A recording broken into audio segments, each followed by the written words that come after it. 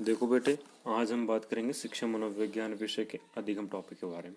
अधिगम टॉपिक से कल भी हमने 10 क्वेश्चन करवाए थे आपको, और उनमें सिद्धांत बताए थे, उनके प्रयोग बताए थे, और अन्य क्वेश्चन भी बताए थे उनमें।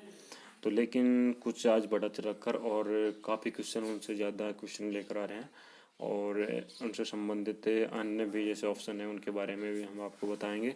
और आपको इस चैनल को सब्सक्राइब कीजिए, लाइक कीजिए, कमेंट्स कीजिए, और अपने दोस्तों के पास शेयर भी कीजिए। और जैसे कि अब आने वाली एग्ज़ाम है, प्री BSTC और प्री B.Ed और रीट की एग्ज़ाम आने वाली है, तो उनमें आपको ये क्वेश्चन वेरी लाभदायक होंगे। अच्छा दोस्तों, अब चलते हैं क्वेश्चन की ओर, क्लास की ओर। तो पहला क्वेश्चन है, SR थ्योरी किसका सिद्धांत है? SR थ्योरी किसका सिद्धांत है? Stimulus response theory. इसका नाम है प्रयत्न बूर का सिद्धांत, स्टिमुलस रेस्पॉन्स थ्योरी और उद्दीपन अनुक्रिया का सिद्धांत है। तो ये किसने दिया था? मिस्टर थॉर्नडाइक महोदय ने। थॉर्नडाइक महोदय ने ये क्वेश्चन दिया था। थॉर्नडाइक महोदय अमेरिका का रहने वाला है। अच्छा बेटे, नेक्स्ट क्वेश्चन की ओर चलते हैं। क्वेश्चन नंबर 2, संबंध प्रतिक्रिया सिद्धांत है। संबंध प्रतिक्रिया सिद्धांत है। संबंध प्रतिक्रिया conditional response theory. Conditional response theory. Conditional response theory ये उपनाम है किस सिद्धांत का, ये मैंने कल नहीं बताया था, लेकिन उपनाम मैंने ज़रूर बताया था थोड़ा बहुत कि ये किसका नाम है, ये किसका नाम है। तो संबंध प्रतिक्रिया सिद्धांत जो उपनाम है किसका? शास्त्रीय अनुबंधन के सिद्धांत का। शास्त्रीय अनुबंधन का सिद्धांत। शास्त्रीय अनुबंधन का सिद्धांत किस महोदय ने दिया था? ये तो आपको मैंने कल बता दिया था कि किसने दिया शास्त्रीय अनुबंधन का सिद्धांत, जो किसने दिया था। शास्त्रीय अनुबंधन का सिद्धांत दिया था मिस्टर पावलोव ने। और पावलोव ने प्रयोग किस पर किया था? कुत्ते पर प्रयोग किया था। देखो बेटे, और संबंध प्रतिक्रिया का सिद्धांत हो गया आपका। और नेक्स्ट क्वेश्चन है, अंतर्दृष्टि द्वारा अधिगम सिद्धांत किसने दिया? अंतर्दृष्टि द्वारा अधिगम का सिद्धांत किसने दिया था बेटे? क्वेलर ने, कोपका ने, वर्धमान ने। अंतर्दृष्टि अधिगम का सिद्धांत है जो सिद्धांत है गेस्टाल्टवादियों का सिद्धांत। गेस्टाल्टवाद का अन्य नाम है अंतर्दृष्टि का सिद्धांत। अंतर्दृष्टि का सिद्धांत, इसका एक और नाम है सूज का सिद्धांत।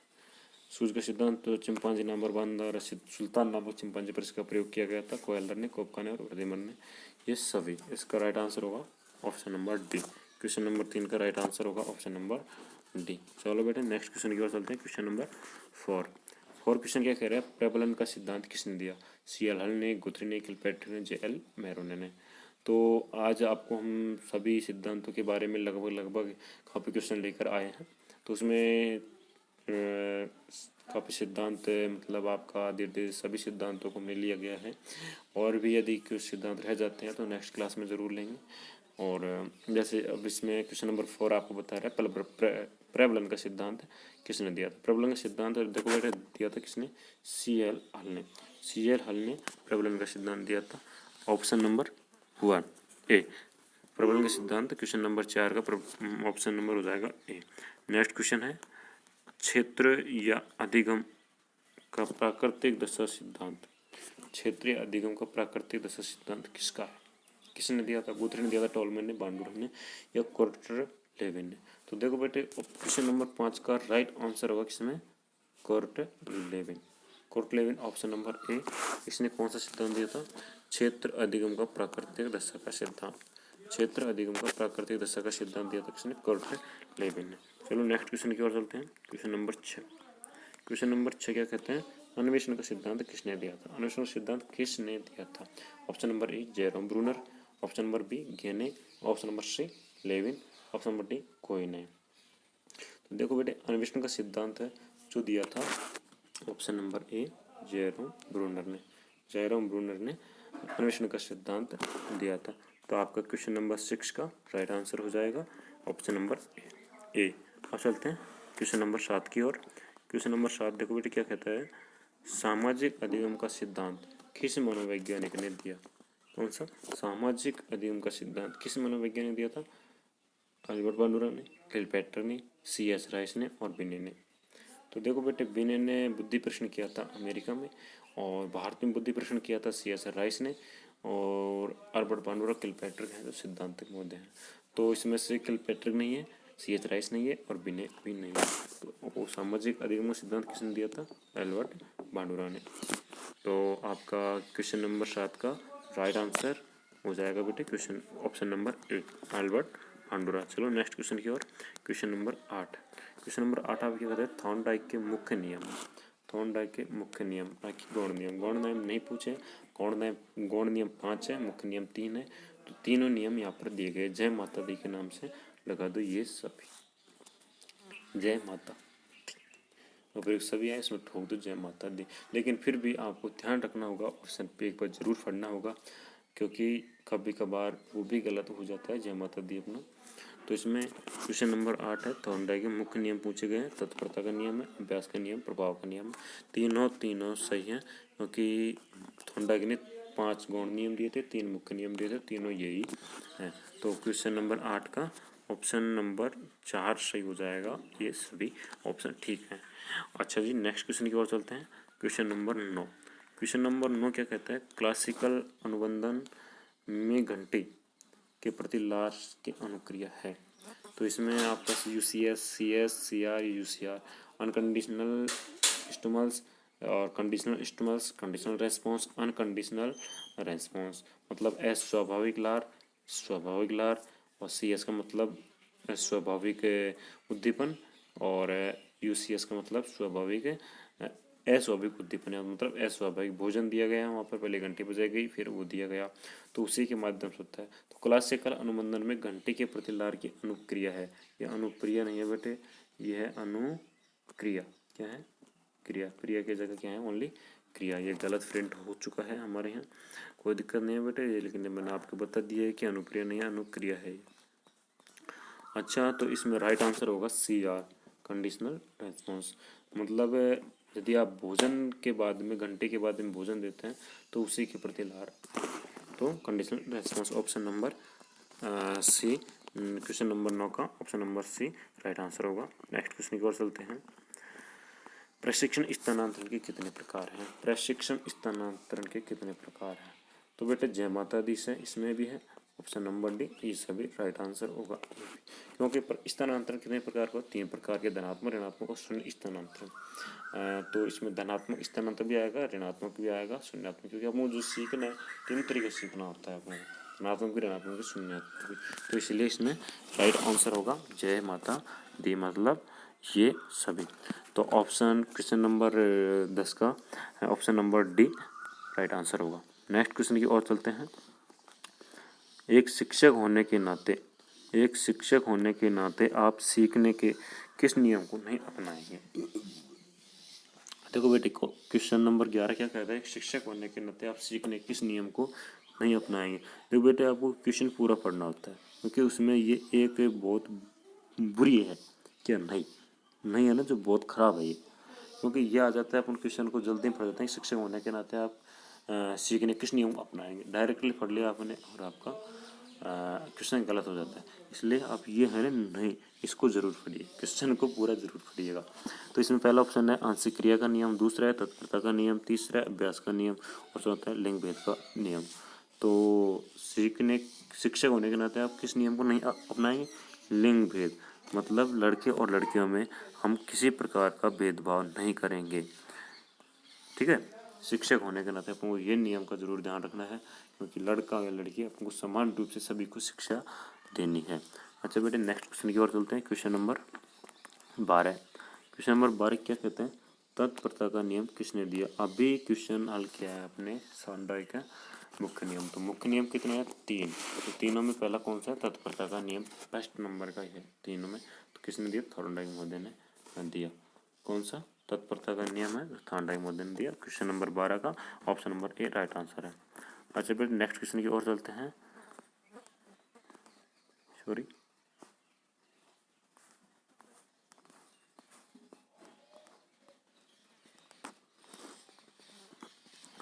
अच्छा बेटे, क्वेश्चन नंबर 13 में अधिगम को प्रभावित करने वाला व्यक्तिगत कारक है।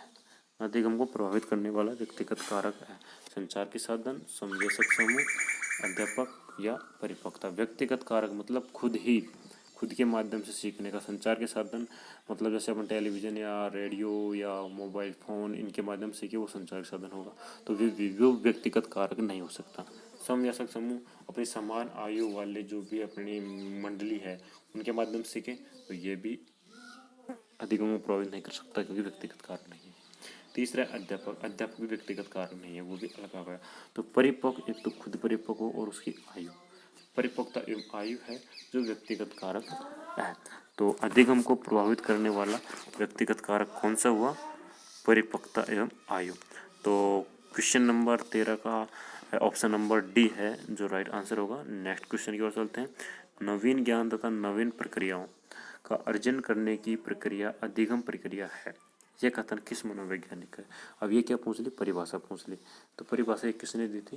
परिभाषा देखो बेटा, आपको याद करनी होगी। ये परिभाषा दी है मिस्टर वुडवर्थ ने, महोदय वुडवर्थ ने। और जैसे अपन बोले सर जी हम याद कैसे करें, पूरे को याद मत करो, इसमें से मेन जो शब्द हैं उनको छांट लो। जैसे नवीन ज्ञान नवीन प्रतिक्रिया, किसने बताया? नवीन ज्ञान और नवीन प्रतिक्रियाओं का अर्जन किसने बताया? वुडवर्थ मोदी ने बताया। तो ऐसे आप याद कर सकते हैं। तो क्वेश्चन नंबर 14 का option number B right answer होगा। नेक्स्ट क्वेश्चन की ओर चलते हैं। बच्चा किस प्रकार सीखता है? देखो बेटे, बच्चा किस प्रकार सीखता है? पुस्तक पढ़कर, परिचर्याओं के माध्यम से, प्रश्न पूछकर, या कई प्रकार से। अब कई प्रकार कौन कौन से प्रकार हो सकते हैं? अनेकों प्रकार। बच्चा केवल एक चीज़ से नहीं सीखता। जैसे पुस्तक पढ़कर, मैं पुस्तक पढ़ रहा हूँ, बच्चे पुस्तक पढ़ रहे हैं, आप पुस्तक पढ़ रहे हैं, तो सीख सकते हैं क्या? नहीं सीख सकते।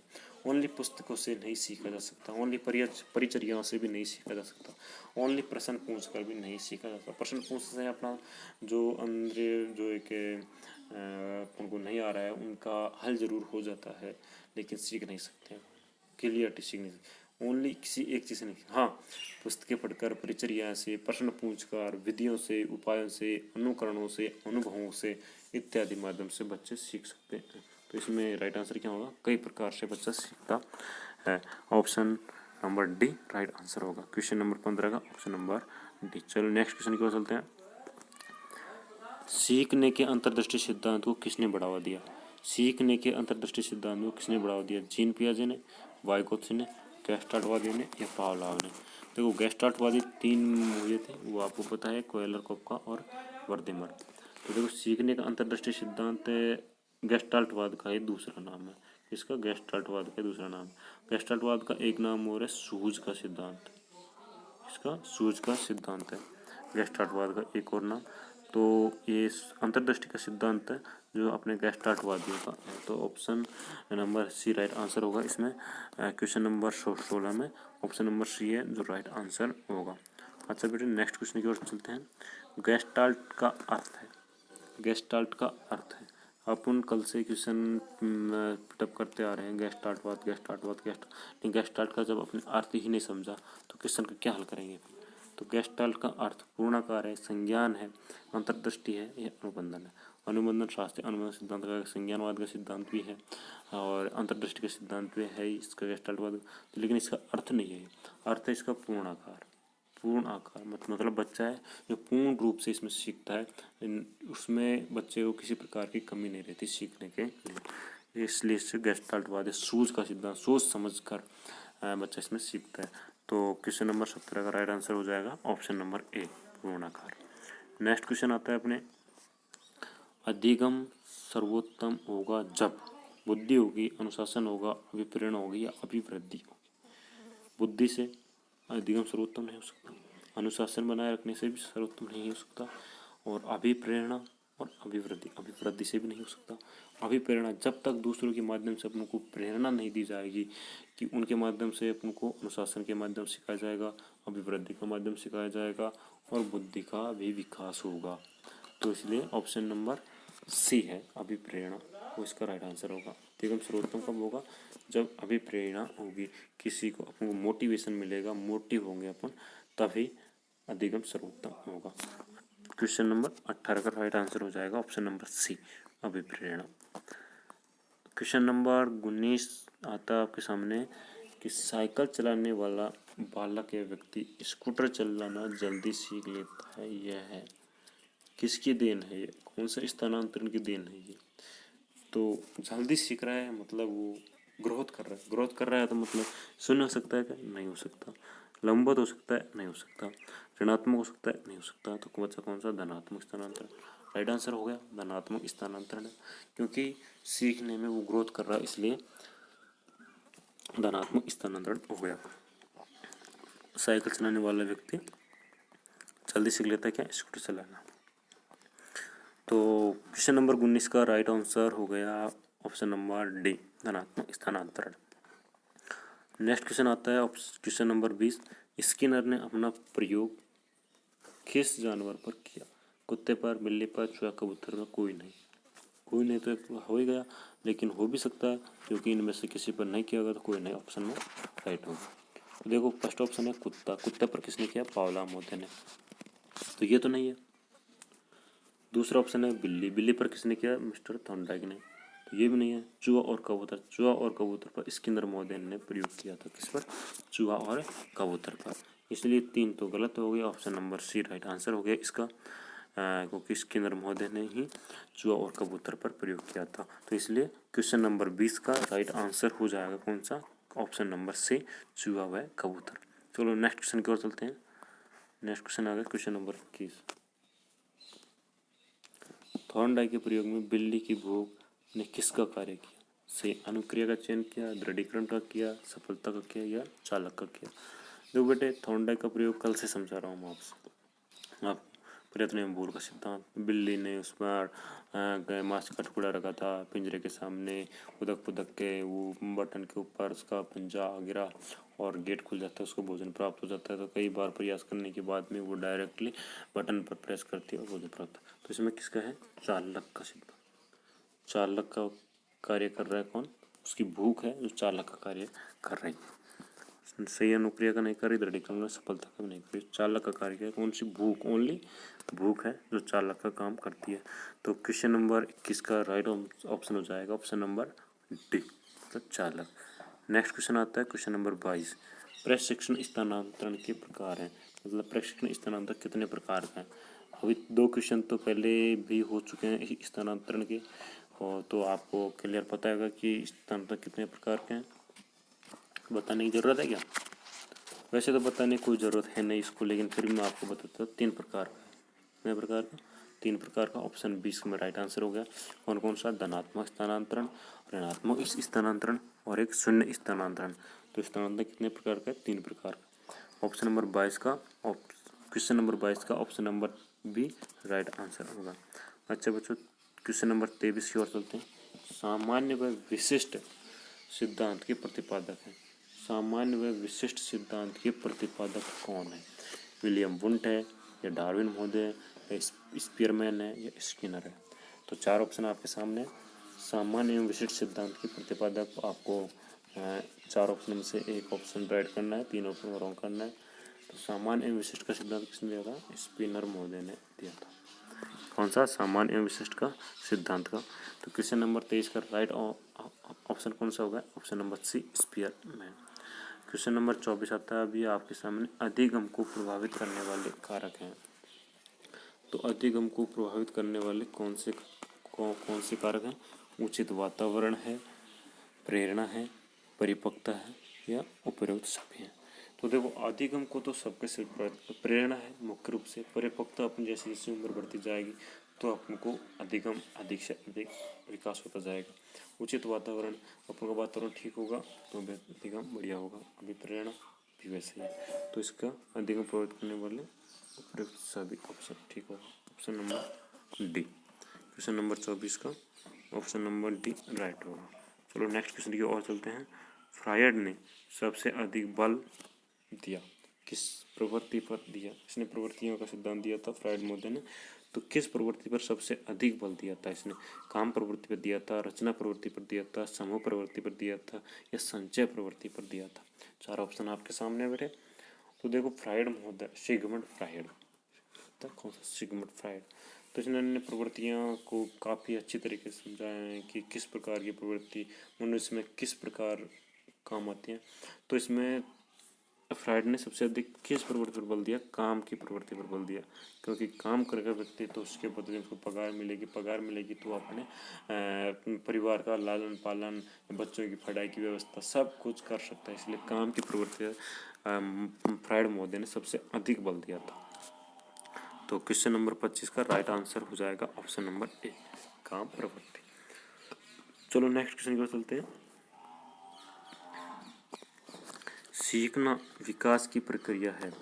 सीखना विकास की प्रक्रिया है, यह परिभाषा किस मनोवैज्ञानिक ने दी? वुडवर्थ ने दी, क्रो ने दी, स्किनर महोदय ने दी, गिलफोर्ड महोदय ने दी।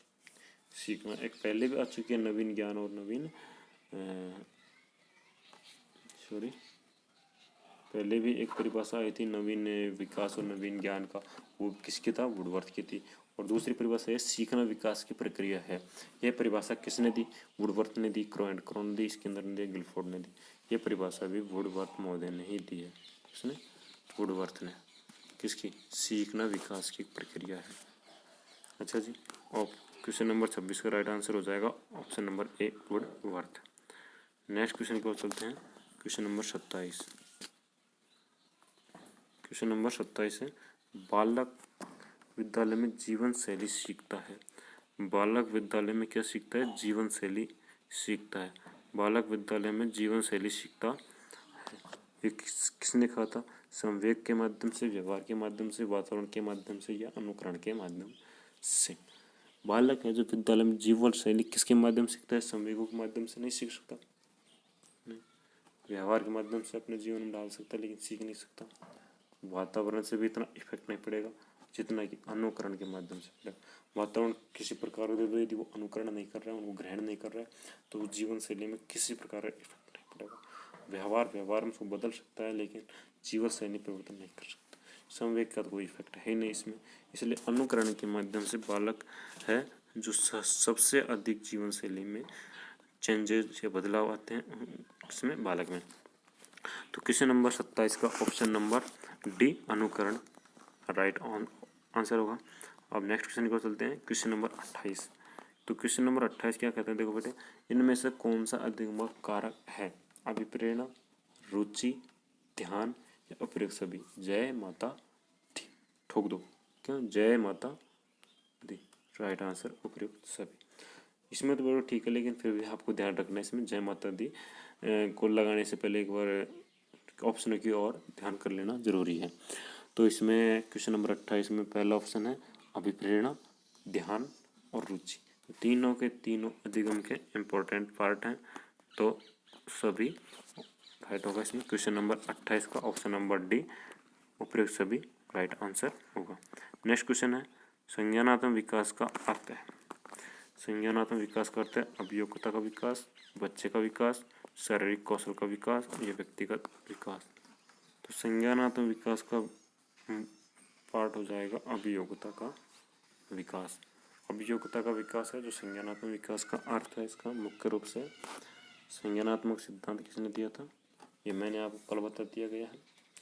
और इसमें बच्चे का विकास गलत होगा, क्योंकि बच्चे का विकास तो कुछ संज्ञान के माध्यम से नहीं होगा। शारीरिक कौशल, मानव का या बच्चे का शारीरिक कौशल का विकास भी इसके माध्यम से नहीं होगा, और व्यक्तिगत विकास में अभियोग्यता बच्चे के या बालक के या पुरुष के या किसी प्रकार का जो मानव है उनमें जो विकास होगा, अभियोग्यता है, उसकी योग्यताओं का विकास होगा, वो संज्ञान के माध्यम से होगा। तो क्वेश्चन नंबर 29 का राइट आंसर हो जाएगा ऑप्शन नंबर ए, अभियोग्यता का विकास।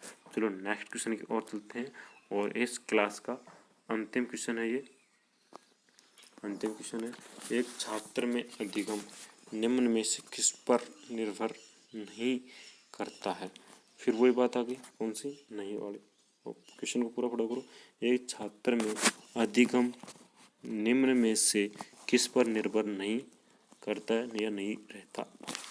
उम्र एवं परिपक्वता पर रहेगा। उम्र एवं परिपक्वता पर तो रहेगा छात्र का अधिगम, उम्र के साथ साथ उसका अधिगम भी बढ़ता जाता है। दूसरा, पूर्व अनुभव एवं अधिगम, पहले सीखा हुआ ज्ञान और नया सीख रहा है उसको, उस पर रहेगा। आर्थिक स्थिति पे किसी प्रकार का इफेक्ट नहीं पड़ेगा अधिगम को सीखने के लिए, अधिगम को जानने के लिए, क्योंकि कोई ज़रूरी नहीं है कि पैसों के माध्यम से खरीद सकते हैं ज्ञान को, नो। तो इसलिए ऑप्शन नंबर सी इसका राइट आंसर। अभिप्रेरणा का तो इम्पोर्टेंट पार्ट है अधिगम का, तो इसलिए ऑप्शन नंबर सी आर्थिक स्थिति है जो अधिगम का निर्भर नहीं करता है छात्र को अधिगम जानने के लिए, वो आर्थिक स्थिति। तो क्वेश्चन नंबर 30 का राइट आंसर हो जाएगा ऑप्शन नंबर 3 सी आर्थिक स्थिति।